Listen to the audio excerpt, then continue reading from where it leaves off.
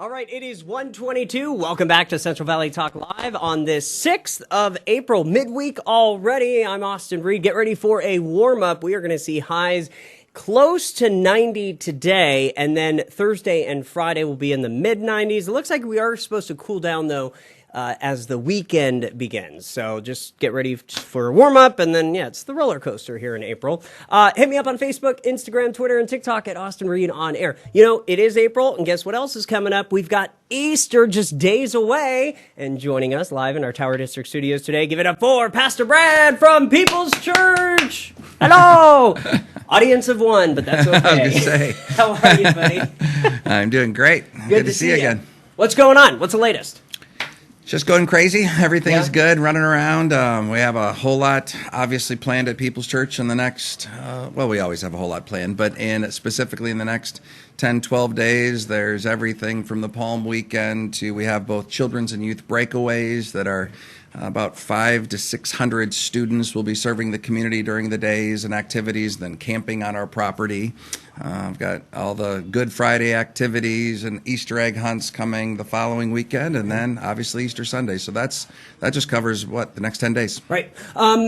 So you guys have been working very, very hard. I want to ask for People's Church, do you guys put more into Christmas celebrations or Easter celebrations? It's probably, the knee-jerk reaction would be pretty similar, but it's very different, meaning the Christmas is going to have a little bit more of the gatherings and the productions and that kind of activity around Christmas is a little more, almost feels like the right word is formal, but I don't know if that's the right word. Candlelight gatherings and things like this. Easter has much more of a family feel. And much more, even just the time of year it is with the spring break for students is the week up. So we have, like I said, we'll have 600, 700, students running around our property, staying on our property all through the week. The Easter egg hunts, things like that, definitely create more of a family and activity kind of feel, where Christmas is a little bit more formal. I don't like the word, but no, that makes sense.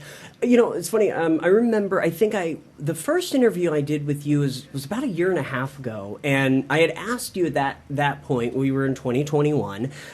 Kind of what your message was. Getting closer to Easter last year. Here we are in 2022. Things have changed in the world. 100%. I know you keep a close eye on just everything that's going on. Just because. That's your job. You're a public figure, and so as you've been working the last month on this message, walk us through it. Yeah, you're exactly right. If you look at 2019, even 2018, and you just kind of take steps through those years to 2022 now, it's obviously a massively different situation. I tend not to look at it as better or worse, just it is what it is, and, kind of where you're at. And definitely a whole lot more of people coming together. A lot of the fear is not there the way it was before. It was even last year, there was still a lot of anxiety about being together and sensations and what are you going to do and maximum occupancy requirements or limitations and just a lot of things. A lot of that is not paramount in the daily cultural thought. It's obviously still there, but it's not paramount. Yeah. You're not walking around and seeing obviously nearly as many masks, things like that. So it does create a couple different things. Number one is it does create the ability again to be able to say, hey, let's get together. Where in years, in a couple of years past, that was less of the message. It was a little bit more reflective, a little bit more personal. Now it has the ability to be more corporate again. And I think that, one of the obstacles is for those who have maybe gotten comfortable being separated. There is, I know some of your guests will deal with, even today, mental health issues, whether that's pertaining to drug and alcohol or those things or other issues. There's no factual ability to not act like there hasn't been some mental health or different issues that have come out of the last couple of years. And so getting people back together, getting people to be able to interact together, getting people to do those things. One of the things that Easter and Jesus Christ specifically in the Easter season does is it allows for it not to be where do you stand on a lot of different things, whether that's COVID or politics or Republican or Democrat or the war in Ukraine or whatever it is. We've had the ability to become a little bit more than we maybe even already are, self-centered, self-focused, my fears, my concerns, my thoughts. And as you move forward now to be able to, in a healthy way, just as a human, let alone as a Christ follower, be able to say it's really not about all of this first and foremost. All of those things we all have opinions on, and there's nothing wrong with that. But especially as a Christ follower, Jesus Christ should be the priority always. He wasn't supposed to become the second or third most important thing in your life through COVID or through wars or through politics. Jesus is always number one.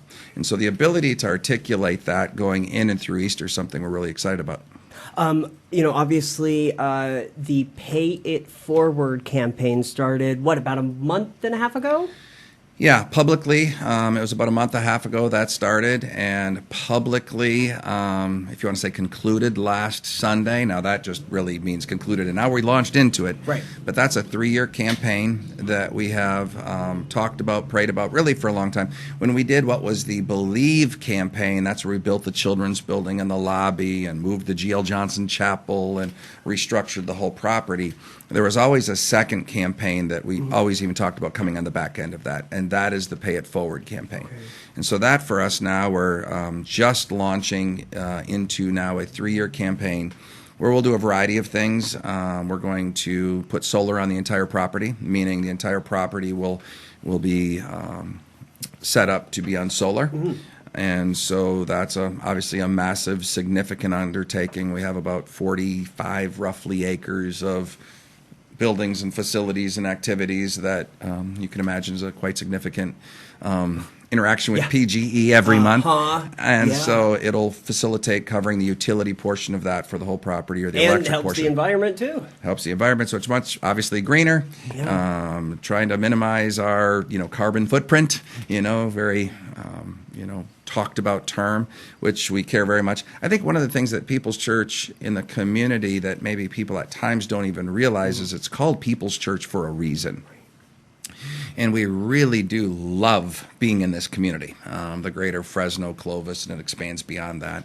But, this valley, we love being here. We love these people. We want to be a very engaged part of the community.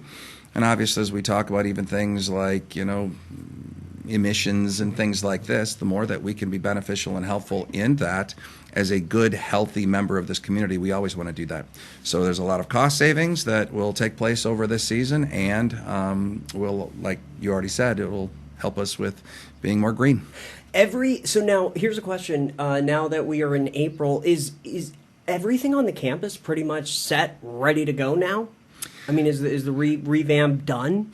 Yeah, the revamp's done, but we're kind of never done. Meaning, because you guys are growing constantly. We're growing constantly, and so there's always activity. So even things that you might not see driving up and down Cedar, but we have a really large playground that we're in the process, and you're seeing major excavation equipment and things come in and off the property. That's not for what we've done. That's for now a large playground that will specifically and primarily serve the Fresno Christian Schools community. Okay. Then our school is growing like crazy, so we have a lot of activity with that. We have a lot of things going on with fields, and then you're going to start seeing immediately a lot of work to put up something of the significance of the solar system that we'll be having. So all of that starts. The footings and all of the kind of activity for that starts already the Monday after Easter. I do have 2 more quick questions. Are you guys doing anything in response to the war in Ukraine? Oh yeah, we've actually. Well, there's a few things. Number one, we have continued to, but we've already sent over $100,000 to. We work predominantly, not exclusively, but predominantly with an organization called Convoy of Hope. Wonderful, Christ-centered humanitarian organization. So they're there with clothes and food and medical supplies and all of that for both inside of Ukraine, but specifically a lot of the refugees that are coming in, pouring into Poland and areas like this. And so we're doing a lot there.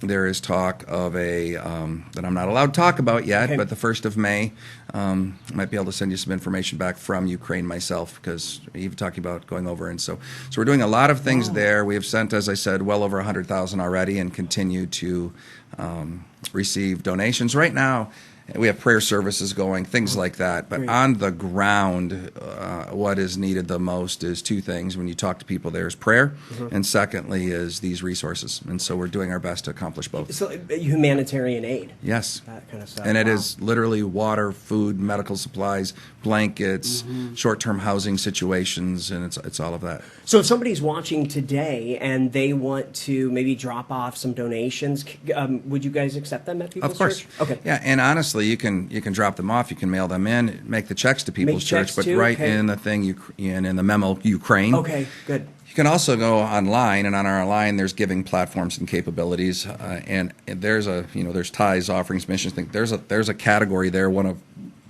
5 or 6 categories that specifically says Ukraine. Perfect. And so you can just go online, go to the giving platform, click Ukraine, and everything you give, there is no administrative fees, everything. And frankly, what we do is, at People's Church, this is in all things, we round up. So let's say $93,000 comes in, we mail off $100,000. So it's always a round check, and it's always bigger than what actually comes in. Wow, thank you. That's amazing. Thank you for everything you guys do. Any message for the people in Ukraine? And Yeah. even for the people in Russia that, you know. Yeah. I think first and foremost, it's just a humanity in that part of the world, because, any way you slice it, it's not like, one of the things we want to make sure, even as Americans, it's not that every Russian's bad. It's not, and it's, so, no, I think it's just, number one, know that people care. Nor that people are praying, and know that people are truly giving and working to do the best they can to help and assist in any way possible all over the world, not just at People's Church or even just in Fresno, but all over the world. Because it's one thing to just say you care, but if you care and you do nothing, strong argument that your words are meaningless. And so people are truly working to do our best in every possible way to help and meet needs. We, at the end of the day, it doesn't matter the color of your skin, the gender of your body, the background, your financial situation, we're all children of God. And Jesus loves us all the same. He doesn't love Fresno or America any more than he loves Russia or Ukraine. And sometimes we as Americans have to remember that. Very, very well said. Okay, real quick, Easter service info. Yeah, Easter, the Easter weekend starts on Good Friday, which is the 15th, and we have a communion gathering at noon. And so we have a 45 minutes so people can take their lunch break, come, have a communion gathering. That's always extremely well attended. Well over 1,000 people typically show up for that. It's a wonderful time. Then Friday evening at 6 o'clock, we have what's called a spring fling. That's hundreds of thousands of Easter eggs filled with candy and bounce houses and free food and food trucks and stuff for families. That's 100% free. So that's 6 o'clock at the church on Friday. And then on Sunday, which is Easter, the 17th, we have a sunrise gathering. Okay. That's actually in a tent on the Westfield, right on Cedar. It's outdoors. It'll be about 40 minutes long. I'm speaking at that. Awesome. And so we have that. And then there's a free continental breakfast right after that. And then we have 3 identical gatherings at 8, 9:30, and 11. And those are filled with a wonderful message and music and some high-level drama and activities as well. So it'll be fun. Fun. I expect to see you, Austin. I will be there. I'm saying it on the air right here. I will be there, and especially since you're speaking. And I'll let you know next time I'm here whether Austin told you the truth or not. You got my word. You got my word. I want to go. I love when you speak. I love your sermons, and you're just positive, and we need that in the world right now. Nobody likes grumpy people. No, absolutely not. And you're a jokester too. I'll bet too. So that's good. Brad, thank you. Thanks, see you buddy. next time. Yep. All right. I'm Austin Reed. We're back with one more guest, Sherry from Aspires, coming up next. Stay with us. Thanks, buddy. Thank you.